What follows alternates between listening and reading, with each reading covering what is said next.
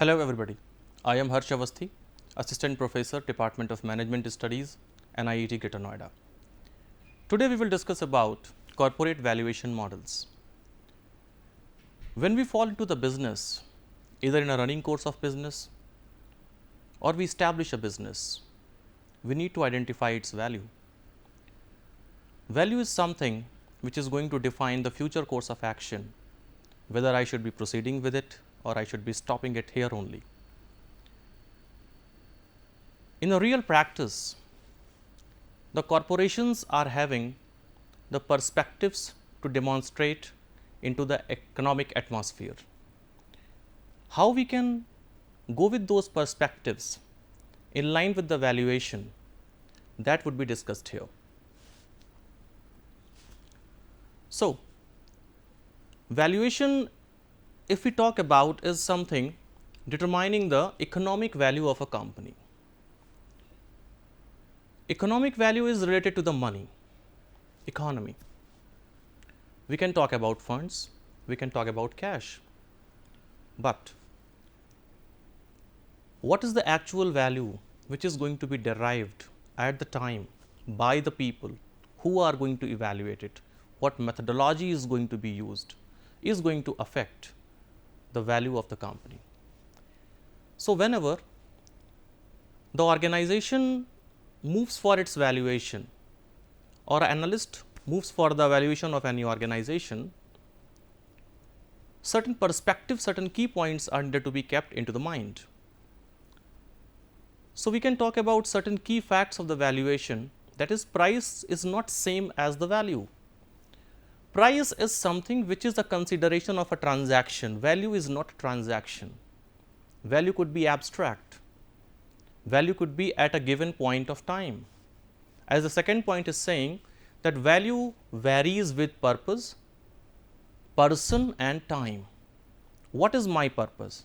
Whether I am going to follow a regulatory compliance for the valuation, then my purpose would be following a particular methodology of valuation which has been told to me. Purpose, that is the purpose. Person, who is going to analyze the value of the organization and ultimately at what time? If I am eager to sell my business, perhaps I would be selling my business at a lesser price.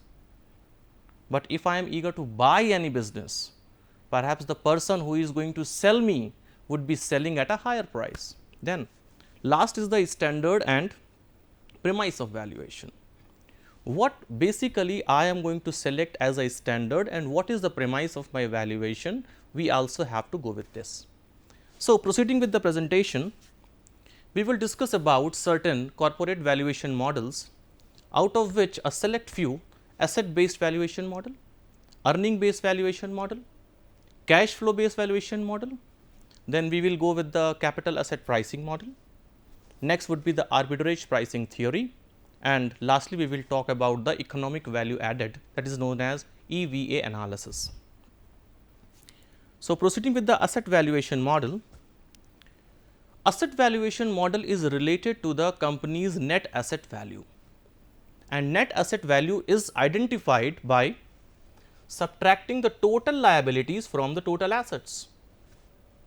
When we talk about the assets and the liabilities, we can categorize them. For example, if I talk about the assets, I could be finding out certain tangible assets and certain intangible assets.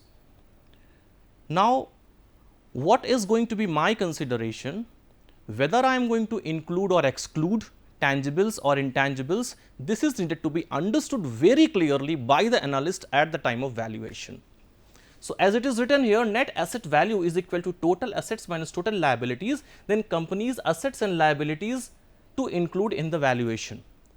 Which of the assets are going to be included? Whether I have to go with the tangibles one, the land, building, machinery, equipment, then I come to my intangible assets. Those are goodwill, trademarks, copyrights, patents, IPRs. How I am going to value them? How I am going to put a check on them whether they should be included or they should be excluded? because the value of those intangible assets could be substantially high or substantially low as per my consideration. and which could be very much dependent on the market conditions also. When we follow the asset based valuation model, there are two approaches. One is the going concern approach and another is the liquidation approach. Going concern and the liquidation one.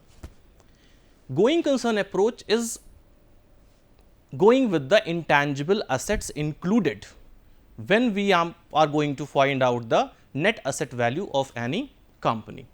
So, I am going to include the value of all the intangible assets into my total assets, and then I am going to subtract my liabilities to reach to that net asset value.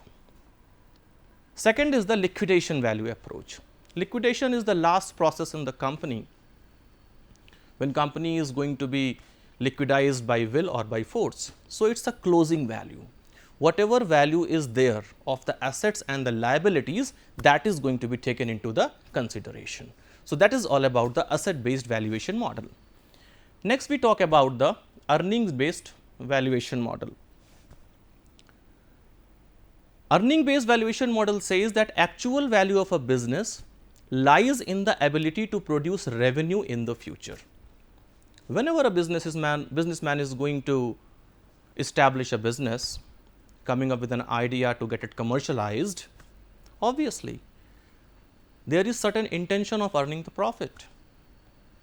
When we go with the financial management premise, we have studied about the profit maximization on one hand, and on another hand we have talked about the shareholders or stakeholders wealth maximization.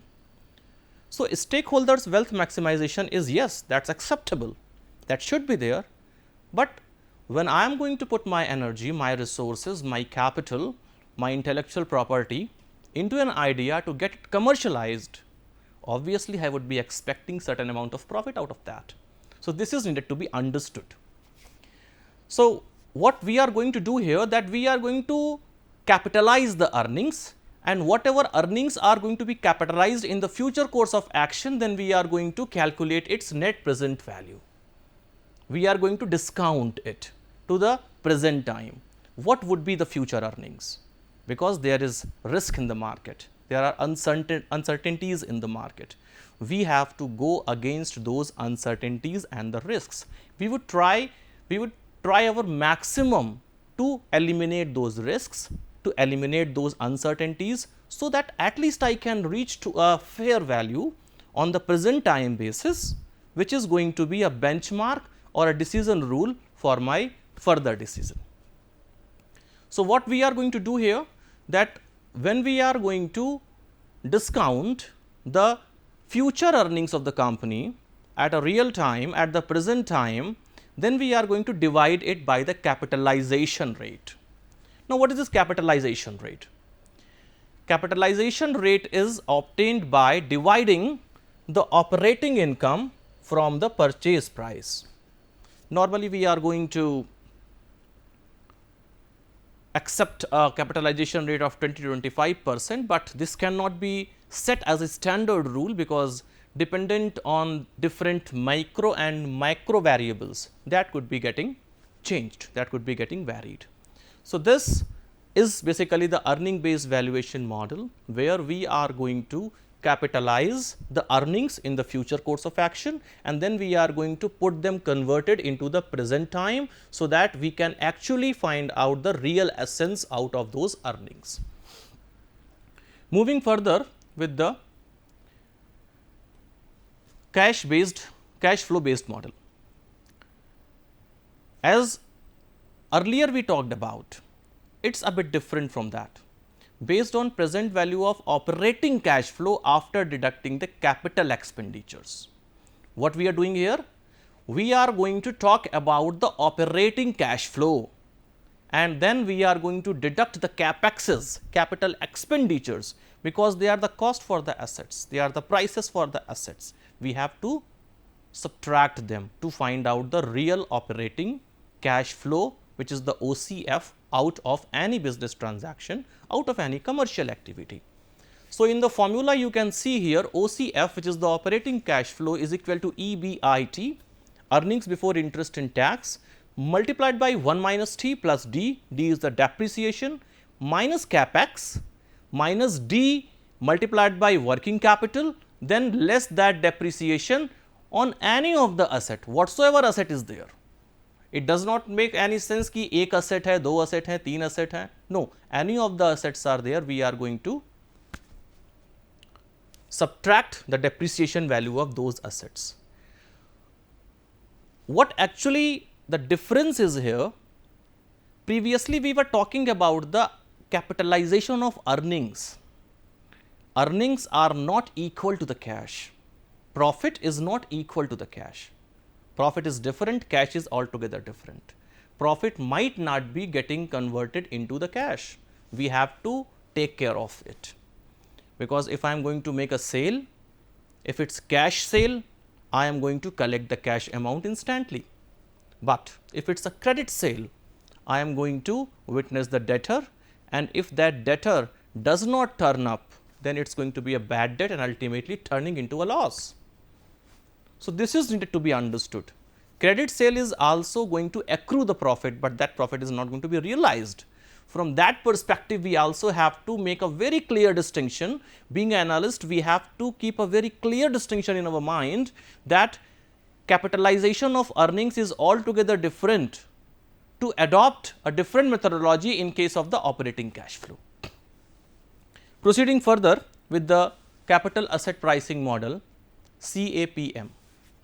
It is a very popular model, very easy model to understand, very elementary model to understand the return from any asset or expected return from any security, stocks, investments. It is going to talk about three parameters: risk free rate, market return and market risk. Based on these three parameters, I am going to analyze, I am going to calculate my expected return. So, as this formula is telling about R is equal to RF plus beta multiplied by RM minus RF. This RM minus RF is the market risk premium. RF is the risk free rate, the rate of interest, the rate of earning which could be earned without any risk. In India, we treat the treasury bills as a risk free security. Now, by investing in the treasury bills without any risk, I can earn money. There is no risk, there is a risk free rate. But if apart from that, a bit of my earnings, a bit of my investment, I am willing to make into some market portfolio where there is risk, and following the premise, more the risk, more the premium, could I not be getting the premium out of that when I am going to face the risk? Obviously, it is expected.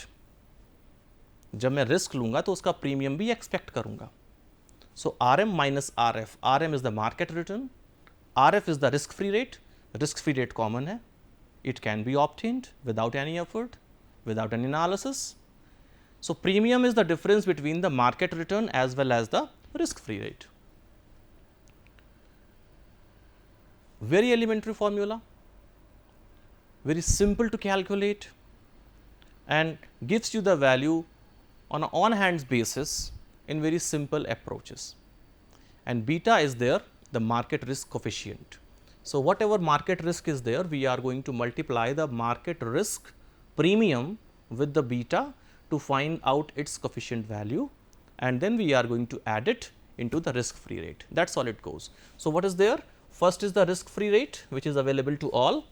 This is something market risk which is available or which is going to be identified, which is going to be collected out of certain risk, and this RF is the risk free rate again.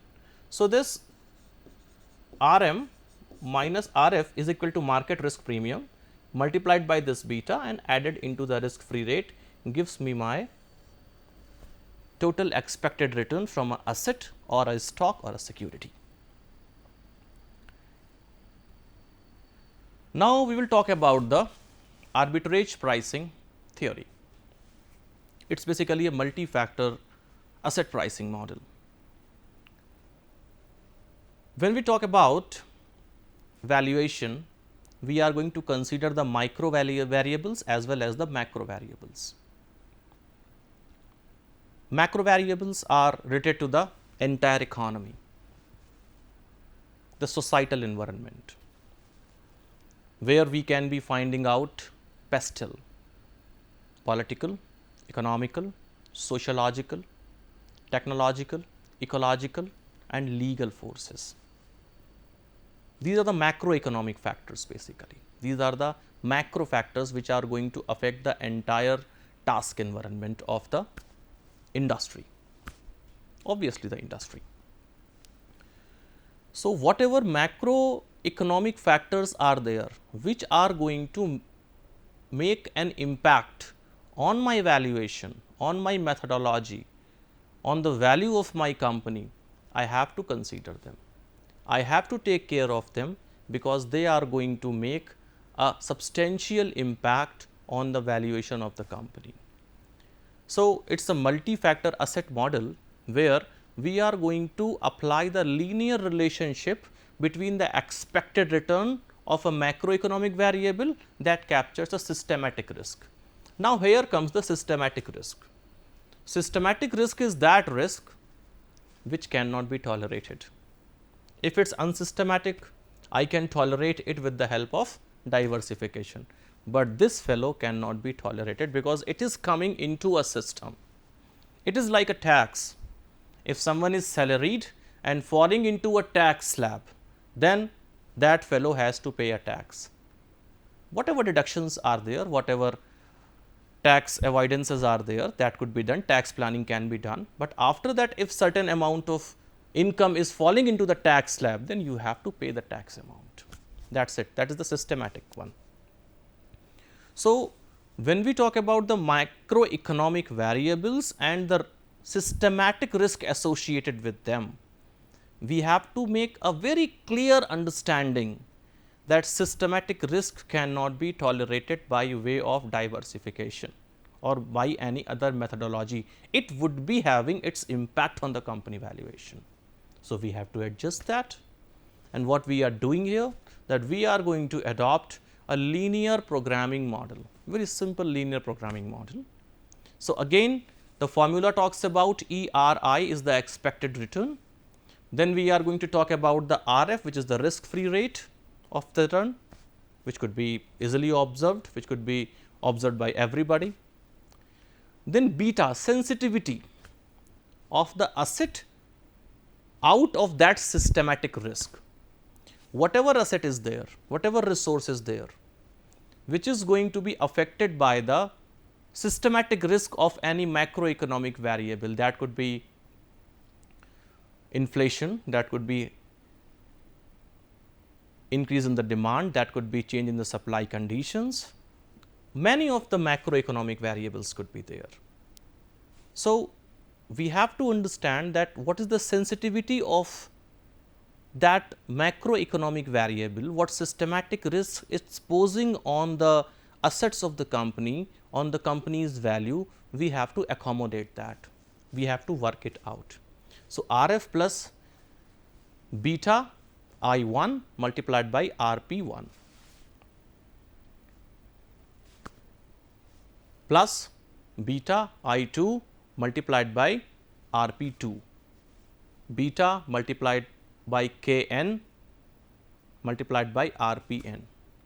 So, what I am doing here basically, I am going to find out the sensitivity of my investments, and then I am going to add the value of my risk premium for a specified factor and up to the nth factor. And when I am going to add it in a continuation basis up to the nth term, I am going to find out my expected rate of return. Now, lastly we come to the EVA analysis. EVA stands for economic value added.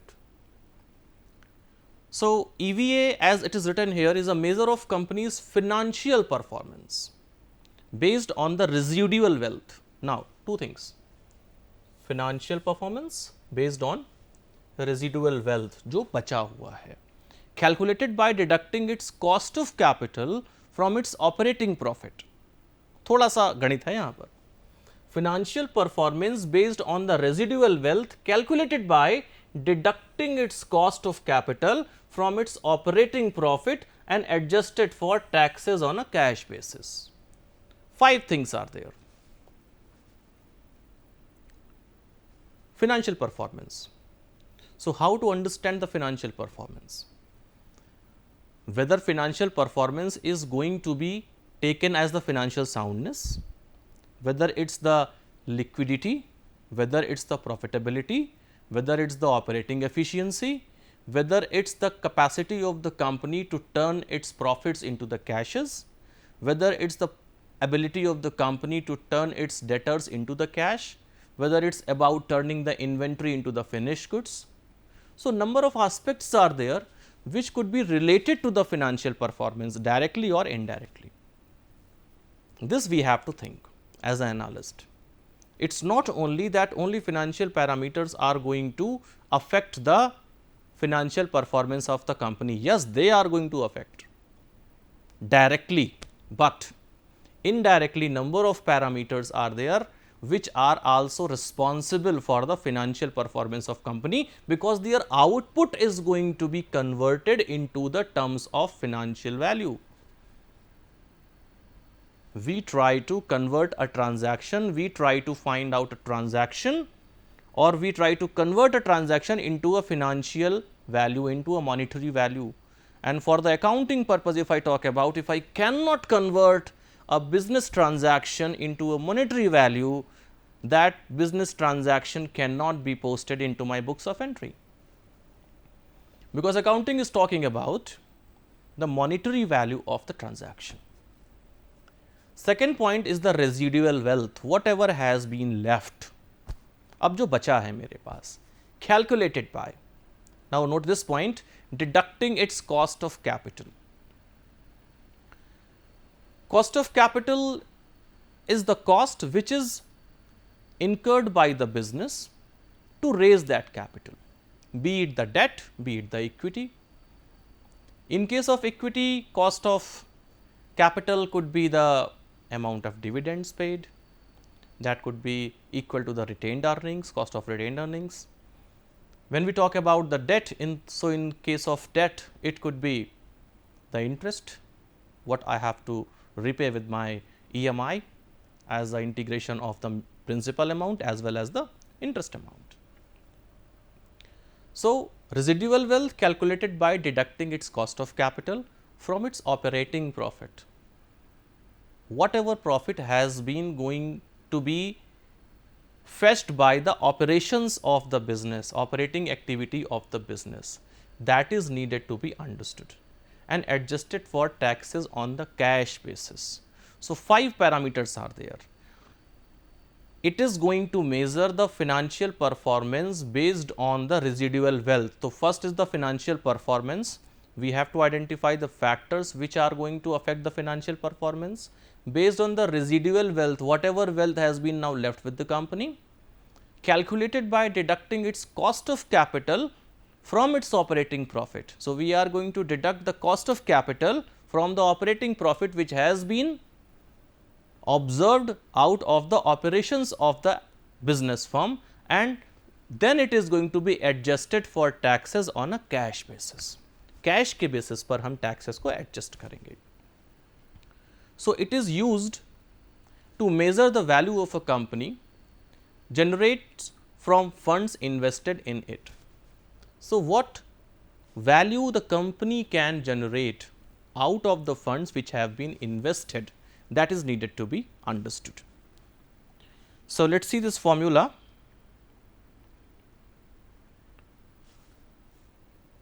EVA, economic value added, is equal to NOPAT, NOPAT, net operating profit after tax, less, now subtract invested capital multiplied by WACC, weighted average cost of capital.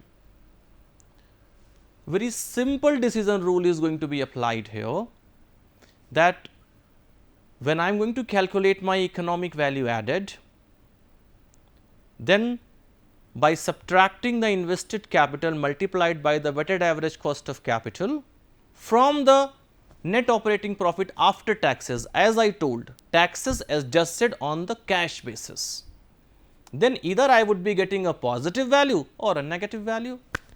So, if I am getting a negative value, means negative economic value added, it means there is no value from the invested funds, there is no any value generation. But if economic value added is positive, it is a positive figure, it means value is being generated by the invested funds. So, decision rule goes to be whether the EVA, economic value added, is positive or the economic value added is negative. So, that is all about today's discussion of the corporate valuation models.